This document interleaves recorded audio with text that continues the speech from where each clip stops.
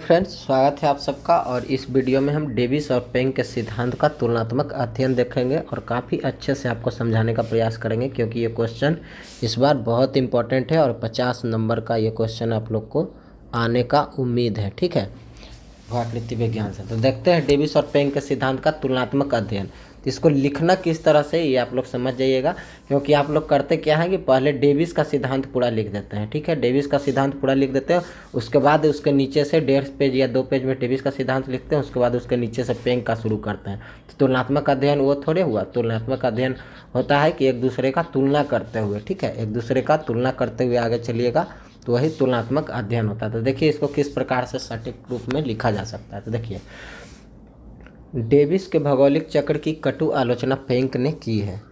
Penck ने विशेषकर ढाल के विकास, उसके स्वरूप, झुकाव एवं उनके सापेक्ष विकास, स्थिरता एवं उनकी विभिन्नता पर जोर दिया है। ढालों की व्याख्या पर पेंक महोदय ने विशेष ध्यान दिया था। ठीक है, डेविस की अपेक्षा पेंक ने भू उत्थान में विवर्तनिक एवं अंतर्जात शक्तियों को अधिक महत्व प्रदान किया है। दोनों ने डेविस एवं पेंक की विचारधाराओं में अनेक तथ्यों की समानता पाई जाती है।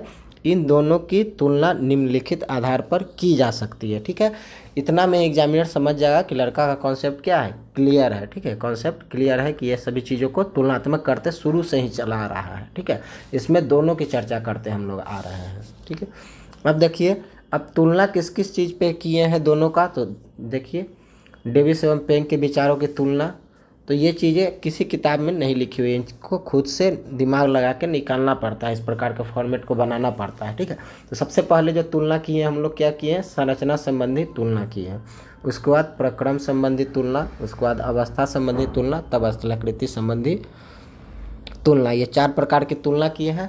अब देखिए संरचना संबंधी तुलना। ठीक है, संरचना संबंधी तुलना की है, तब इसमें डेविस का विचार डाले हैं और पेंग का विचार डाले हैं।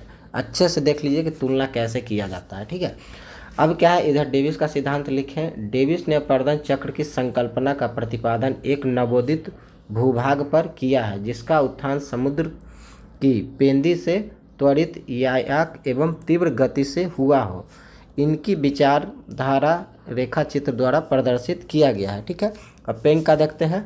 पेंग ने भूभाग के उत्थान में एक नव विकसित क्षेत्र की कल्पना की है, जिसे प्राइम रूप कहा है। इनकी विचारधारा को रेखा चित्र द्वारा दिखाया गया। ठीक है, तो डेविस और पेंग के सिद्धांत जो है वो है क्या, देखिए यहाँ तुलना, तो मतलब डेविस का कहने का मतलब क्या है, नवोदित भूखंड। मतलब मान लीजिए ये समुद्र तल है, तो यहाँ से कोई स्थलाकृति ऊपर की तरफ उठता है, तो इसी को ये नवोदित भूखंड बोला है। ठीक है, नवोदित भूभाग पर उत्थान समुद्र की पेदी से त्वरित गति, मतलब तेज गति से होता है। ठीक है, या के तीव्र गति से हुआ है, जिसको कि यहाँ पे रेखा चित्र में दर्शाया गया। ठीक है, तो यहाँ तो स्पेस है नहीं, जिसके वजह से चर्चा कर दिए कि रेखा चित्र।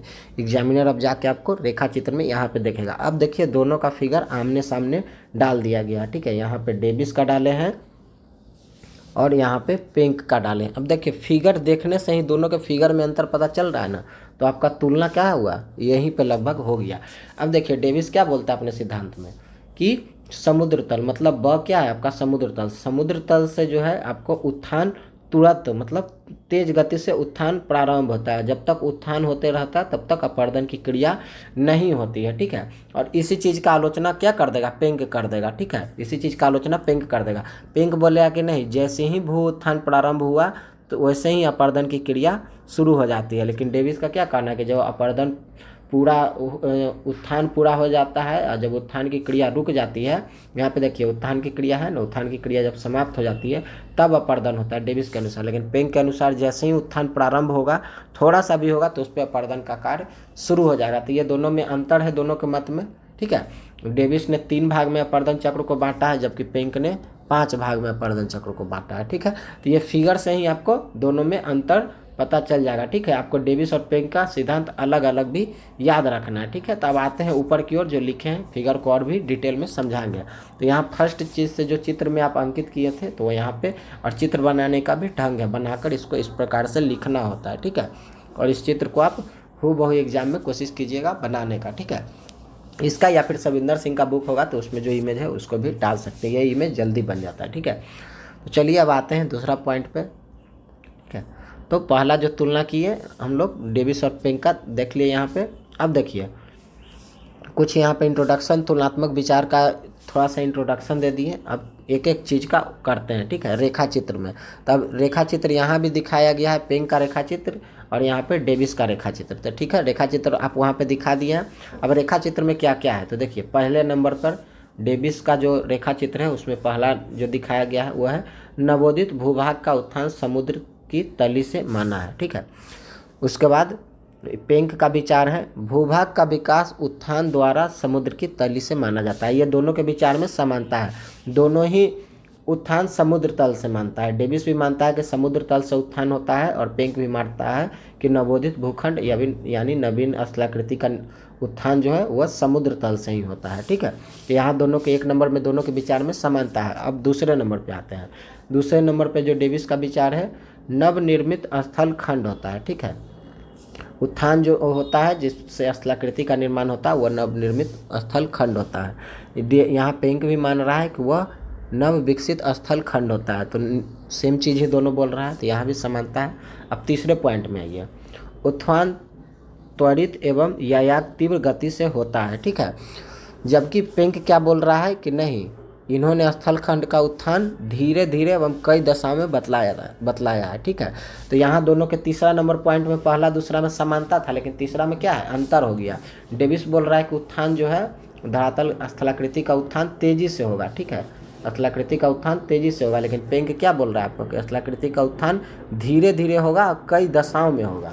तो यहाँ दोनों में अंतर है। अब चौथा पॉइंट में देखिए, पेंक आकार विहीन क्षेत्र होता है, ठीक है। उत्थान जब हो जाता है तो उत्थान की क्रिया में क्षेत्र जो बनते हैं वो आकार विहीन होता है, किसी प्रकार के आकार निश्चित नहीं होता है कि किस प्रकार से।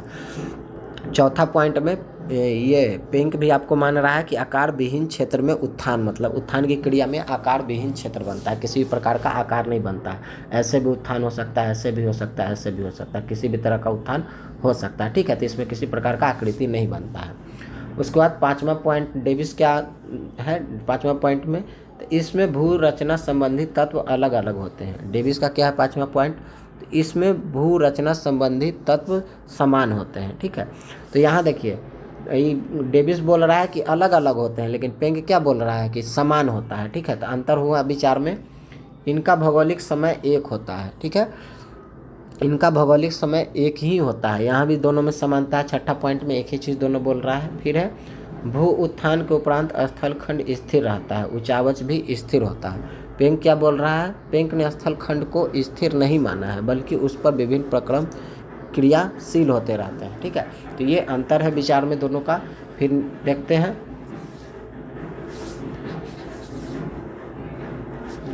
स्थल खंड के उत्थान का भूगर्भिक समय कम होता है, ठीक है। डेविस बोल रहा है कि स्थल खंड के उत्थान का भूगर्भिक समय कम होता है, और यहाँ पेंक क्या बोल रहा है, स्थल खंड के उत्थान का भूगर्भिक समय लंबा होता है, ठीक है। तो दोनों में यहाँ भी अंतर है, दोनों के मत में। फिर डेविस ने भू उत्थान की शक्ति का वर्णन नहीं किया है, जबकि पेंक ने भूपटल विरूपणी शक्तियों का भू उत्थान में माना है। डेविस जो है भू उत्थान किस शक्ति के द्वारा होगा इस शक्ति का वर्णन नहीं किया है, ठीक है। जबकि पेंक जो है पट विरूपणी सिद्धांत को, ठीक है, पट विरूपणी यानी विवर्तनिक शक्ति को भू उत्थान का मुख्य कारण मानता है, ठीक है। हम लोग 9वें पॉइंट तक देख लिए थे। 9वां पॉइंट हम लोग का था डेविस ने भू उत्थान की शक्तियों का वर्णन नहीं किया, ठीक है। डेविस ने भू उत्थान की शक्तियों का वर्णन नहीं किया कि किस वजह से आपको भूमि का उत्थान होता है, लेकिन पेंक ने क्या किया, पटल विरूपणी शक्ति का यानी कि विवर्तनिक शक्तियों को भू उत्थान के लिए जिम्मेदार माना है, ठीक है। तो ये दोनों के अंतर है। अब 10वां जो अंतर है डेविस के अनुसार स्थल खंड का कोई पूर्व भूगर्भिक इतिहास का वर्णन नहीं किया है डेविस ने, जबकि पेंक ने स्थल खंड के नवोदित होने से पूर्व ऐतिहासिक वर्णन किया है, ठीक है। तो ये जो था आपका संरचना संबंधी तुलना हो गया डेविस और पेंक के सिद्धांत में, क्या इनका समानता था और क्या विषमानता था, ठीक है। तो इसमें हम लोग टोटल 10 पॉइंट को इसमें डालें, ठीक है। 10 पॉइंट को डालने के पश्चात इन दोनों का फिगर जो है आमने सामने बना दिए। फिगर में साफ दिख रहा है दोनों के विचारों की तुलनात्मक अध्ययन, ठीक है। दोनों के विचार का साफ तुलनात्मक अध्ययन हम लोग को इस फिगर के माध्यम से पता चल जाता है। ये फिगर आप लोग को बनाना होगा, नोट्स तो आप लोग के पास अवेलेबल है ही। नेक्स्ट जो तुलना है वो है प्रक्रम संबंधी तुलना, ठीक है। तो इसमें डेविस के विचार, फिर पेंक के विचार। तो इसमें भी पहला डेविस का, भूखंड के उत्थान के समय कोई प्रक्रम प्रभावी नहीं डालता, भू उत्थान के पूर्व होने के पश्चात प्रक्रम का प्रभाव पड़ता है, ये डेविस का कथन है। पेंक का क्या कथन है, भू उत्थान के साथ साथ प्रक्रम सैन्य मतलब धीरे धीरे होता रहता है, ठीक है। फिर अब जो है आप लोग को जल्दी से ख़त्म कराने के लिए अब थोड़ा तेज़ी से पढ़ देते हैं, ठीक है। भू उत्थान त्वरित अथवा तीव्र गति से होता है, इसलिए किसी प्रक्रम का भू उत्थान पर प्रभाव नहीं पड़ता है, जबकि पेंक बदलते हैं, स्थल खंड का उत्थान धीरे धीरे होता है, जिससे उत्थान के साथ प्रक्रम के कटाव का प्रभाव भी साथ साथ चलता रहता है, अतः उत्थान एवं प्रक्रम साथ साथ चलते रहते हैं, ठीक है। नेक्स्ट अब डेविस क्या कह रहे हैं, स्थलाकृतियों की उत्पत्ति में सरिता प्रक्रम का प्रभाव पड़ता है, पेंक के अनुसार स्थलाकृतियों पर विभिन्न प्रक्रमों का प्रभाव पड़ता है, ठीक है।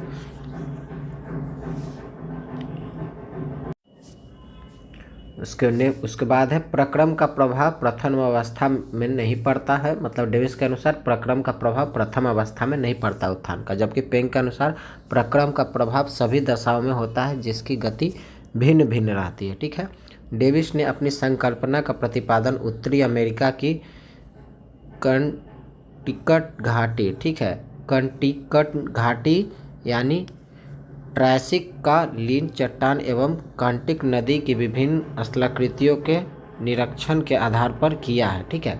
इनका जो सिद्धांत है वो आपको अमेरिकी में क्लिंट घाटी है, उसमें ट्रियासिक लीन चट्टान एवं क्लिंट नदी के विभिन्न आकृतियों से निरीक्षण करके इन्होंने अपने सिद्धांत को दिया है। और पेंक जो है जर्मनी से जुड़े हुए, जिसके वजह से पेंक का सिद्धांत जो है जर्मनी के विविध भूगर्भिक कालीन क्षेत्रों के अध्ययन के आधार पर प्रक्रमों का प्रभाव स्थलाकृतियों के निर्माण को स्वीकार करता है। अब दोनों जब अलग अलग क्षेत्रों को आधार मानकर जब सिद्धांत को बनाए हैं, तो जाहिर सी बात है कि दोनों के सिद्धांत में क्या होगा, अंतर आना एकदम कंपलसरी है, ठीक है, एकदम कंपलसरी है कि दोनों के सिद्धांत में अंतर आएगा। दोनों का जब अध्ययन क्षेत्र ही अलग अलग है तो अंतर तो आएगा ही, ठीक है। नेक्स्ट जो हमारा तुलना था वो है अवस्था संबंधित तुलना। तो इसमें डेविस का विचार और पेंक का विचार है। तब इसमें अवस्था में तो क्या है, 3 अवस्था था ना, तो युवावस्था में इसका भूगर्भिक काल छोटा होता है। युवा अवस्था में नदियों के कार्य को देखकर युवा अवस्था को 3 उपविभागों में विभाजित किया गया है, ठीक है, 3 उपभाग में विभाजित कर दिया। तब क्या है युवा अवस्था, यहाँ पे युवा अवस्था का स्टेज में मतलब अवस्था में, तो युवा अवस्था का वर्णन डेविस के विचार में जो है वह है कि इन्होंने युवा अवस्था में नदियों के कार्यों को देखकर युवा अवस्था को 3 उपविभागों में विभाजित किया है, ठीक है। 3 उपविभाग क्या है, तो प्रारंभिक युवा अवस्था, मध्य युवा अवस्था एवं अंतिम युवा अवस्था, ठीक है। और पेंक ने युवा अवस्था को क्या किया है, तो देखिए पेंक के विचार युवा अवस्था से संबंधित। पेंक ने इसका भूगर्भिक समय लंबा माना है, जिसमें अनेक प्रक्रम प्रभाव डालते हैं। इसमें भू उत्थान तथा निम्नलिखित की गति असमान रहती है। उत्थान की तुलना में निम्नीकरण की गति कम रहती है, इस कारण भू उत्थान धीरे धीरे होता रहता है, ठीक है। तो यहाँ दोनों के युवा अवस्था से संबंधी जो मत है उसमें भी भिन्नता है, ठीक है, दोनों से मत भिन्नता है। ये 3 भाग में बांट दिया है और ये बोल रहा है कि धीरे धीरे भूगर्भिक प्रक्रम चलता रहता है। अब है युवा अवस्था, ठीक है। तो युवा अवस्था में डेविस का क्या विचार है, तो इसका भूगर्भिक समय युवा अवस्था की अपेक्षा अधिक लंबा होता है। नदी परिच्छेदिका के विकास होने के आधार पर उसे भी 3 उपविभागों में विभाजित किया है। इन्होंने प्रारंभिक मध्यम एवं अंतिम प्रौढ़ावस्था के नाम से पुकारा है, ठीक है। तो ये प्रौढ़ावस्था को इन्होंने किस नाम से पुकारा है, तो प्रारंभिक, मध्य एवं अंतिम प्रौढ़ के नाम से इन्होंने ये जो है प्रौढ़ावस्था को पुकारा है। जबकि पेंक जो है प्रौढ़ावस्था को क्या कहते हैं, तो पेंक ने भू उत्थान की गति को अपर्दन से अधिक माना है, अतः इसमें निरपेक्ष ये काटा हुआ नहीं है, ठीक है। अपर्दन से अधिक माना है, अपर्दन कहाँ अधिक माना है, अतः इसमें निक्षेपण की ऊंचाई बढ़ जाती है। एक निश्चित सीमा पर आकर ऊर्ध्वाधर गति अवरोध हो जाती है। प्रौढ़ा अवस्था की अंतिम दशा में नदी घाटी की ऊंचाई बढ़ने लगती है, जिससे अनेक संतुलन संबंधी घटनाएं होती है। ठीक है, अनेक संतुलन संबंधी घटनाएं होती हैं। तो ये आपको प्रौढ़ा अवस्था से संबंधित डेविस पेंक के सिद्धांत का तुलना था, दोनों के मत में अंतर है। फिर है वृद्धावस्था। इसमें भूभाग का निम्नीकरण हो जाता है, नदी घाटी पर्याप्त चौड़ी हो जाती है, नदी की गति मंद हो जाती है, स्थलखंड धीरे धीरे विकास की विभिन्न अवस्थाओं से गुजरकर एक आकृति विहीन क्षेत्र में बदल जाता है, जिसे संप्राय मैदान कहते हैं। डेविस के अनुसार वृद्धावस्था में इस प्रकार की स्थलाकृति बनता है। अब है पेंक के अनुसार, पेंक ने भू उत्थान एवं ऊर्ध्वाधर की दर स्थिर रहती है। पेंक के अनुसार वृद्धावस्था में भू उत्थान एवं ऊर्ध्वाधर गति, ठीक है, ऊर्ध्वाधर गति स्थिर रहती है या ऊर्ध्वाधर गति समाप्त तथा अपर्दन की क्रिया सक्रिय रहती है। ऊर्ध्वाधर समाप्त तथा अपर्दन की क्रिया सक्रिय रहती है। नदियों का आधार तल नीचा हो जाता है, उससे नीचे की ओर कटाव नहीं होता है। ठीक है, मतलब कि वृद्धावस्था में अपर्दन प्रारंभ रहता है लेकिन नीचे की ओर कटाव नहीं हो पाता है। ठीक है, और वृद्धावस्था के बाद भी एक चौथा अवस्था डेविस पेंक ने माना था, वह था जीर्णावस्था। ठीक है, जिसको कि डेविस ने वृद्धावस्था में ही बतला दिया था, उसको पेंक ने जीर्णावस्था में बताया। इसमें स्थलखंड की निरपेक्ष ऊंचाई कम हो जाती है, कटाव की क्रिया समाप्त हो जाती है। इस अवस्था में स्थलखंड आकृति विहीन एंड्रफ हो जाता है। ठीक है, आकृति विहीन एंड्रफ हो जाता है। इस अवस्था को सबसे लंबा माना है। ठीक है, इस अवस्था को पेंक ने सबसे लंबा माना है। अब स्थलाकृतियों की तुलना, डेविस और पेंक के सिद्धांत में स्थलाकृतियों की तुलना। डेविस के अनुसार, ठीक है, डेविस ने स्थलाकृतियों के विकास में संरचना पर प्रक्रम के प्रभावों से विकसित रूपों के विभिन्न अवस्थाओं का अध्ययन किया है। पेंक के अनुसार, पेंक ने स्थलाकृति की उत्पत्ति स्थलखंड के उत्थान एवं अपर्दन के फलस्वरूप निर्मित हुई मानी है। ठीक है, अब है डेविस ने स्थलाकृति की उत्पत्ति सबसे अधिक प्रौढ़ा अवस्था तक मानी है, जबकि पेंक ने जीर्णावस्था को छोड़कर प्रत्येक दशा में स्थलाकृतियों की उत्पत्ति को स्वीकार किया है।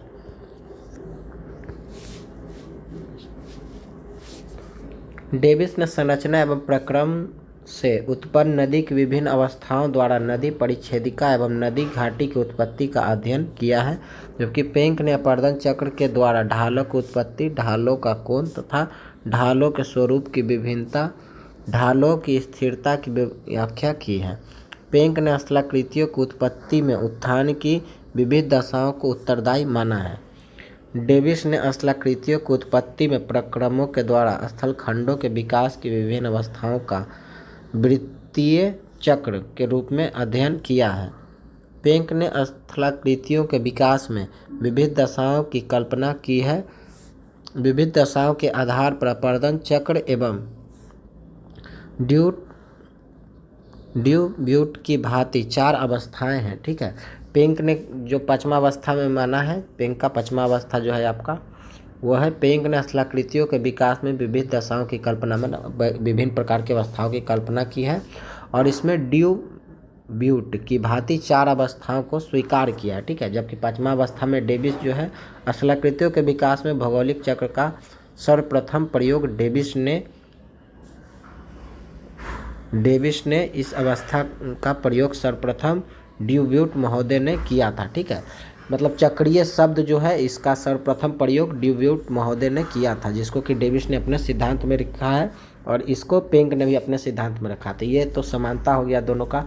अब 6ठा पॉइंट में डेविस बोलते हैं स्थलखंड की अंतिम अवस्था को आकृति विहीन संप्राय मैदान यानी कि पेनी प्लेन माना है डेविस ने, जबकि पेंक ने भी अंतिम अवस्था को आकृति विहीन इंड्रोम, ठीक है, आकृति विहीन इंड्रोम नाम दिया है, जबकि स्थलाकृतियों की उत्पत्ति में एक वृत्तीय संकल्पना को मान्यता दी है, जबकि पेंक ने स्थलाकृति की उत्पत्ति में बहुवृत्तीय संकल्पना को स्वीकार किया है। ठीक है, अब है समीक्षा एवं मूल्यांकन, दोनों का समीक्षा एवं मूल्यांकन भी करना है। ठीक है, तब इसको कैसे लिखना है, तो डेविस तथा पेंक के विचारों की तुलना करने पर ज्ञात होता है कि इन दोनों की संकल्पनाओं में पर्याप्त अंतर है। डेविस को अपर्दन चक्र का जनक तथा पेंक को प्रतिद्वंदी कहा जाता है। दोनों के विचारधारा में अंतर का एक प्रमुख कारण यह भी है कि दोनों ने विभिन्न प्रकार के संरचना क्षेत्र का अध्ययन किया है। डेविस ने उत्तरी अमेरिका के ट्रियासिक कालीन चट्टानों से निर्मित क्लिंट नदी की घाटी तथा क्षेत्रों की स्थलाकृतियों का अध्ययन के आधार पर अपनी अपर्दन चक्र की संकल्पना प्रस्तुत की है, जबकि पेंक महोदय ने जर्मन के प्राचीन एवं नवीन क्षेत्रों के भौगोलिक निरीक्षण करने के उपरांत यह अनुभव किया कि स्थलाकृतियों की उत्पत्ति पर विभिन्न प्रक्रमों का प्रभाव पड़ता है। ठीक है। अब पेंक मध्य यूरोप के पर्वतों की सामान्य रचना से प्रभावित हुआ था। उन्होंने यह देखा कि यहाँ पर वर्तमान स्थलाकृतियों का पूर्व स्वरूप क्या रहा था, ठीक है, क्या रहा था तथा उसका भूगर्भिक इतिहास क्या रहा था। पेंक का दृष्टिकोण वर्तमान से भूतकाल तक का अध्ययन करने का रहा, अर्थात पेंक की संकल्पना पृष्ठ दृष्टि एवं दृष्टिता से बैक एवं बैक लुकिंग था। ठीक है, मतलब इनका सिद्धांत जो है डेविस की तुलना में कुछ ज़्यादा जो है अध्ययन किया हुआ था, मतलब वर्तमान और प्राचीन, वर्तमान एवं भविष्य तीनों को जोड़कर इन्होंने अपने सिद्धांत को देने का कोशिश किया है, मतलब प्रतिपादित करने का कोशिश किया है। लेकिन फिर भी इनका जो सिद्धांत है जर्मन के क्लिष्ट भाषा में होने की वजह से ज़्यादा मान्यता प्राप्त नहीं है। जैसे देखिए, डेविस ने स्थल खंड के वर्तमान स्वरूप का अध्ययन किया है। डेविस ने स्थलाकृतियों का निर्माण संरचना के आधार पर प्रक्रम तथा अवस्था के द्वारा माना है, अर्थात वर्तमान स्वरूप का अध्ययन किया और उसे अंतिम दृष्टता के रूप में माना है। ठीक है, तो यही था आपका डेविस और पेंक के सिद्धांत का तुलनात्मक अध्ययन। अगर इस प्रकार से लिखते हैं तो आपको एग्जाम में नंबर अच्छा आता है। ठीक है, तो कोशिश करिएगा सही लिखने का। वीडियो 2-3 बार देखिएगा तो कंटेंट दिमाग में आपका बैठ जाएगा। ठीक है, ये अपलोड कर देते हैं हम।